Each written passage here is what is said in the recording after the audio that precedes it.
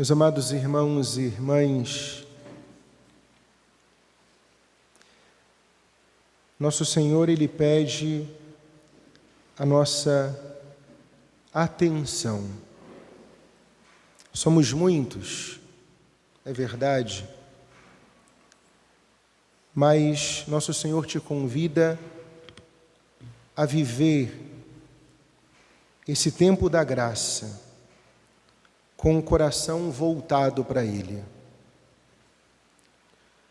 Nós temos uma capacidade muito grande de dispersão e dificilmente conseguimos nos concentrar naquilo que nós realizamos. Vivemos em tempos de dispersões.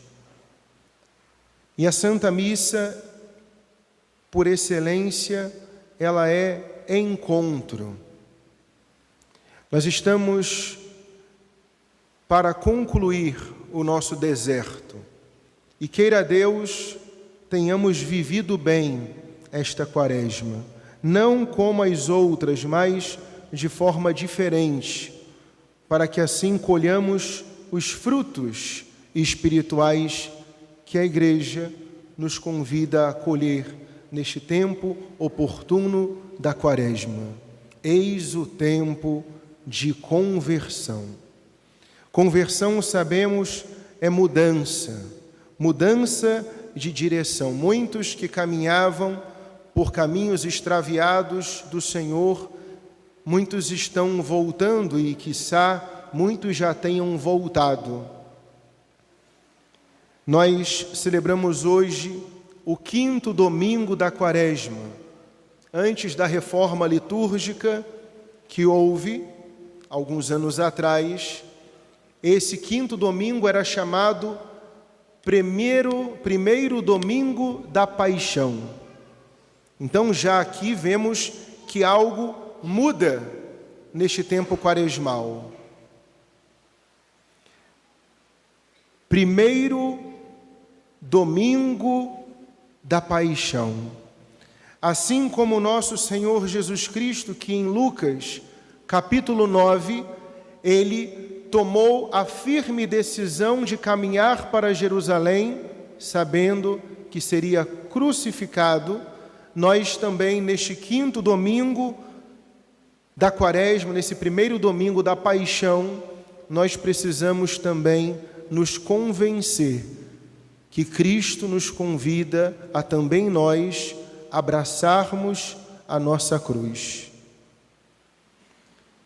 E não existe outro caminho, meu irmão, minha irmã. Ou nós abraçamos a cruz e alegres, felizes, unidos a Jesus, carregamos a nossa cruz, ou nós iremos arrastá-la na nossa vida.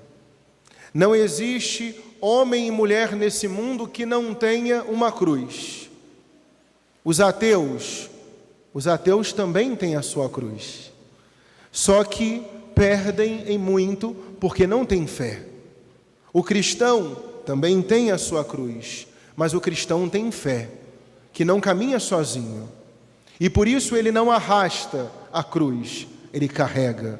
Mas para que nós possamos carregar a cruz, é preciso que estejamos convencidos de que é preciso também nós tomarmos a nossa cruz. Por isso que o tempo da quaresma, a Igreja se reveste desta cor litúrgica, o roxo. O roxo, que é uma cor de penitência. Eu gosto muito da cor roxa, mas não é por isso que estou usando uma casula roxa. Eu estou, como sacerdote da Igreja, não fazendo a minha vontade, mas a vontade da Igreja, nesse tempo litúrgico, usando o paramento de cor litúrgica roxo. Porque eu entendo que os sinais exteriores são muito importantes. Vocês podem perceber que hoje as imagens sacras, elas estão encobertas. Nas vésperas desse 5º domingo da Quaresma, a igreja nos convida a velar as imagens. Por quê, Padre? Para que nós também possamos fazer um jejum dos olhos, porque as imagens são belas e, de certa forma, geram uma espécie de prazer, de satisfação. E a igreja, neste 5º domingo, quer nos convidar a uma intensificação. É como se a igreja nos convidasse a fechar os olhos para o mundo exterior. Por isso que o padre iniciou esta pregação falando desse drama que nós vivemos nos dias que seguem, que é o drama da dispersão. E quando nós fechamos os nossos olhos, nós conseguimos, de certo modo, entrar no mistério. E é isso que a igreja hoje quer salientar. Ela não poderia deixar para fazer isso no próximo domingo, no domingo que nós iniciamos a Semana Santa? Sim, mas pedagogicamente, uma semana antes, a igreja nos convida a viver esse jejum também dos olhos, para que, despertos interiormente e não dispersos, olha a palavra que o padre usou, despertos interiormente, acordados interiormente, nós possamos nos fechar, de algum modo, para essa realidade exterior. Até é providente que o seminarista tenha recebido a batina no dia de ontem, porque a batina também é um sinal de alguém que deve morrer para o mundo, né? A batina, até conversava com ele no almoço, não é uma fantasia. Vocês vão ver o Bernardo andando pelas ruas de Macuco, até porque o calor de Macuco não permite. A batina em Macuco acaba se tornando uma penitência a mais, né? Mas a batina é para relembrar, primeiro, o Bernardo, de que ele não pertence mais a este mundo. Ele morreu para o mundo. E ela é um sinal para nós também. Porque se ele viver uma vida conforme aquilo que a batina quer salientar, será um sinal para nós. E para nós, ver um jovem que quer morrer para o mundo, alguma pergunta nós devemos nos fazer: o que está de errado com o mundo que nós vivemos? Ou o Bernardo, ele está fora da casinha, ou Deus ainda existe. Não é verdade? Então, meus amados, nós somos convidados por Deus a morrer para este mundo. É o que a liturgia de hoje nos propõe. A morrer para o homem velho. A liturgia de hoje é muito forte. A liturgia fala de uma morte. A liturgia fala de um sepultamento. A liturgia, ela fala de sepultura. A primeira leitura fala de sepultura. A segunda leitura, São Paulo fala de morte. O Evangelho fala de morte, de sepultura, de túmulo. Mas, padre, que evangelho, que liturgia é essa obscura, trash? Que coisa é essa? A liturgia da igreja não é uma liturgia alegre? Efusiva? Também, para os momentos próprios. A igreja, ela tem momentos para cada coisa, como está no livro do Eclesiastes, capítulo 3. Há tempo para nascer, tempo para morrer, tempo para se alegrar, tempo para se entristecer, né? Há tempo para tudo. E por isso nós precisamos tomar consciência. Nós estamos vivendo este tempo agora, um tempo de uma certa angústia. Uma angústia boa. Porque nós nos unimos às dores do crucificado. Então nós somos convidados, em primeiro lugar, a tomar a nossa cruz. Nós somos convidados a abraçar a nossa cruz nesse primeiro domingo da paixão. Nós somos convidados a morrer para os nossos pecados, diz São Paulo na segunda leitura. Os que vivem segundo a carne não podem agradar a Deus.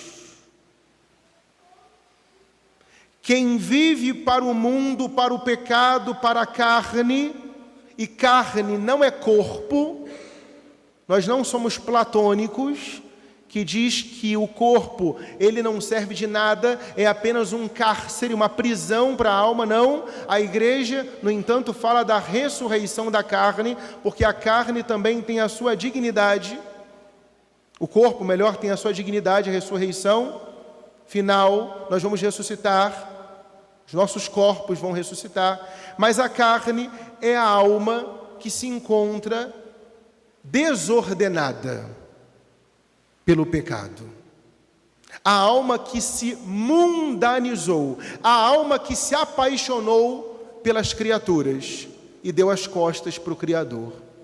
Essa é a carne. E quem vive segundo a carne não pode agradar a Deus. Nós estamos fazendo um caminho, meus amados, e aqui o padre puxa um parênteses, né? Estamos vivendo um caminho dessa liturgia que vai culminar no sábado santo, uma liturgia batismal, a liturgia da água, bênção da água, a liturgia da bênção do fogo novo, a liturgia da luz, a liturgia da vida nova, a liturgia das vestes novas, do homem novo, do canto novo, do coração novo, mas por enquanto é luto, lágrimas e gemidos. Rasgai o coração e não as vestes. O profeta Joel fala de lágrimas, luto e gemido. O tempo da quaresma é o tempo de nós tomarmos consciência dos nossos pecados, nos arrependermos e chorarmos os nossos pecados. Ainda que não haja um derramamento de lágrimas, mas um profundo pesar. Ontem tivemos aqui na nossa paróquia a graça de termos 20 sacerdotes celebrando o sacramento da misericórdia, aqueles que se dispuseram a se confessar. Quantas ressurreições aconteceram no dia de ontem? Quanta festa no céu! Então nós estamos aqui neste passo a passo para esse fim, que é a alegria da Páscoa da ressurreição, como também caminhamos no deserto deste mundo em vista da Páscoa definitiva para adentrarmos no festim, nas alegrias eternas do reino do céu, do reino de Deus, onde nós reinaremos com Ele para sempre. Mas por enquanto nós caminhamos neste mundo e devemos olhar para o nosso coração. Os que vivem segundo a carne não podem agradar a Deus. Eu devo me perguntar, eu, padre, tenho vivido uma vida que agrade a Deus? Eu, batizado, cada um deve se perguntar. Tenho vivido uma vida que agrade o Senhor? Eu tenho vivido segundo a carne ou segundo o Espírito? Porque, meus irmãos, minhas irmãs, o padre iniciou a quaresma dizendo: nós não podemos permitir que essa quaresma passe sem que nos toque, sem que nos converta. Se você iniciou essa quaresma estando no pecado, você não pode terminar essa quaresma no pecado.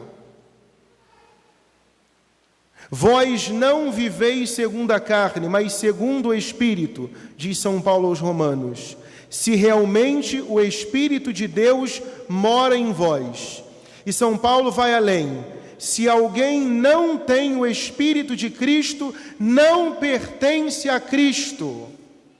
Não adianta participar da igreja se eu não tenho o Espírito de Cristo. Não adianta. E aqui não é o padre Fernando que está falando, é a palavra de Deus. Não adianta.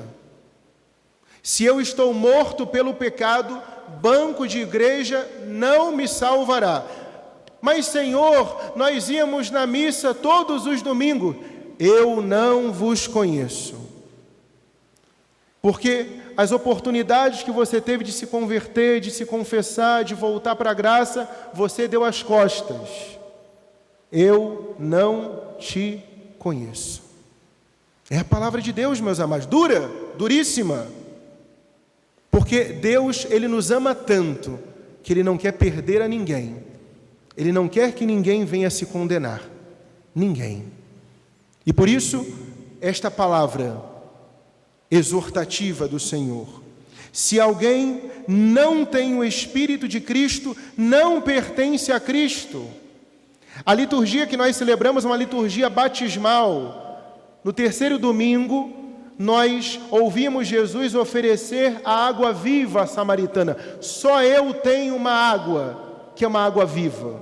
Olha só o batismo. A água viva que nós recebemos, o Espírito Santo que dá vida. No domingo passado, quarto domingo, a cura daquele cego. Jesus que nos cura das nossas cegueiras. O pecado nos cega. Jesus com a sua luz dissipa a escuridão do nosso interior. Mas como dizia semana passada, Jesus é a luz verdadeira que vindo a este mundo ilumina todo homem que quer. Não é todo homem que é iluminado, toda mulher que é iluminado. Se eu não quero, se eu me fecho, e de que forma eu posso me fechar, Padre? Se eu tenho consciência de matéria, de pecado mortal e não me confesso, eu permaneço nas trevas. Deus é tão bom, tão bom, tão bom, que depois do batismo, que nos iluminou porque nós estávamos em trevas, deixou o sacramento da confissão, para que nós pudéssemos sempre recomeçar. Então não existe desculpa para ninguém. Ah, Padre, mas eu não posso me confessar. Então abandona aquilo que te leva ao pecado, para poder voltar à comunhão com Deus. Ah, Padre, eu gostaria tanto de comungar. Tomai todos e comei. Jesus, ele se ofereceu para todos. Eu só não comungo se eu não quero. Porque se eu quero comungar, existe o sacramento da confissão, onde eu confesso o meu pecado arrependido e participo da ceia do Senhor. Lembremos da parábola do filho pródigo.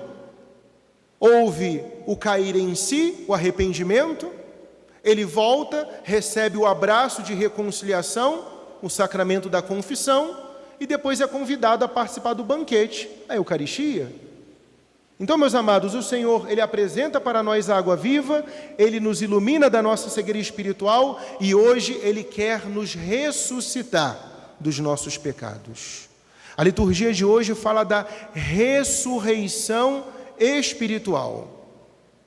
Santo Agostinho, meditando sobre as ressurreições ou revitalizações que Jesus realizou, porque a ressurreição de Lázaro não é a ressurreição que a teologia católica fala que haverá no final dos tempos. Lázaro, ele foi revitalizado, ele voltou a viver, mas depois Lázaro morreu. Ele não ressuscitou eternamente. Então, essas ressurreições que Jesus fez, na verdade, eram sinais que revelavam algo muito mais profundo. Então, Santo Agostinho, meditando sobre estas ressurreições, ele vai apresentar de forma progressiva. Santo Agostinho, ele fala primeiro da ressurreição da filha de Jairo. A filha de Jairo, ela morre em casa. Então ela está sendo velada em casa. Santo Agostinho vai falar que são os nossos pecados interiores, aqueles que ninguém conhece, né? Por fora, bela viola, por dentro, pão bolorento, por fora, sepulcros caiados, bonitinhos, por dentro, podridão. Então são aqueles pecados que ninguém conhece, que a gente faz escondido, que a gente tem medo até que descubram, né? Esse é aquele, como a filha de Jairo, que está sendo velado em casa. E Jesus vai até lá para ressuscitar. Segundo, é o filho da viúva de Naim. Ali nós já vemos um cortejo fúnebre. É o pecado que agora se externaliza, se torna notório e público. Todo mundo já sabe. Às vezes o pecador, ele acha que ninguém sabe, todo mundo já sabe. Todo mundo já sabe. Então, para esses também Jesus veio, para poder ressuscitar. E existe uma condição pior, que é a que nós hoje ouvimos no Evangelho. Lázaro já está sepultado faz 4 dias e já cheira mal. São aquelas pessoas que já estão sepultadas no pecado. São aquelas pessoas que já não pecam por fraqueza. elas já fizeram do pecado um projeto de vida. Já estão sepultadas no pecado, mas também para estas Jesus veio. Então a liturgia de hoje, ela é uma liturgia regada de esperança. Todos Jesus pode salvar. Não existe pecado que Deus não possa perdoar. Não existe escravidão que Jesus não possa libertar. Ah, padre, mas eu não consigo sair do pecado, é mais forte que eu. Jesus é maior do que os nossos pecados. Maior. Seja aquele pecado interior que ninguém conhece, que você luta, confessa e continua lutando. Jesus é Senhor da tua vida e Ele pode curar esse pecado, Ele pode te ressuscitar. Seja aquele pecado que você já comete publicamente, que todo mundo já conhece, é uma fraqueza sua, mas você se confessa e volta a cair, as pessoas já sabem, você é fraco. Para você também Jesus veio. E para você, meu irmão, que já escolheu o pecado como projeto de vida e diz que já não consegue mais sair dessa situação, que você não quer se confessar, que você não quer comungar, que você não precisa disso, você já está morto, sepultado, Jesus também veio para você. E novamente hoje Jesus diz: Lázaro, vem para fora, sai desse pecado. A palavra de Jesus é muito forte hoje. Vem para fora, abandone esse pecado. Eu sou a ressurreição e a vida. Eu sou a vida da tua vida. E depois Jesus diz: desatai-o e deixai-o caminhar. Ou seja, o pecado nos impede de caminhar para Deus. Então hoje, meus amados, essa liturgia quer desatar os nossos nós. Os nós que nós mesmos criamos, porque o pecado não vem de Deus, o pecado é obra nossa. Por minha culpa, minha tão grande culpa. Como diz Davi no Salmo 50, o meu pecado está sempre à tua frente. Então hoje, ao mesmo tempo que essa liturgia exortativa, ela nos enche de esperança, porque Jesus é maior que o nosso pecado e Ele deixou o sacramento da confissão para quebrar as cadeias e para nos ressuscitar espiritualmente, porque muitas pessoas estão vivas apenas biologicamente, mas já estão mortas espiritualmente, porque não confessam e porque não comungam. E essa palavra é para você, para que você hoje se decida. A liturgia de hoje é uma liturgia de decisão. E eu, nesses 8 anos de padre, eu já vi muitas pessoas abandonarem muitos pecados, e pecados gravíssimos, porque separavam elas de Deus, e elas escolheram a Jesus como único Senhor de suas vidas. E aí elas foram desatadas e começaram a caminhar. Caminhar para onde, padre? Para o céu, que é o único lugar para a qual nós fomos criados. Nós não fomos criados para o inferno, nós fomos criados para o céu. Mas, como diz Santo Agostinho, Deus que te criou sem vós para te salvar, Ele depende de vós. Em nome do Pai, e do Filho, e do Espírito Santo.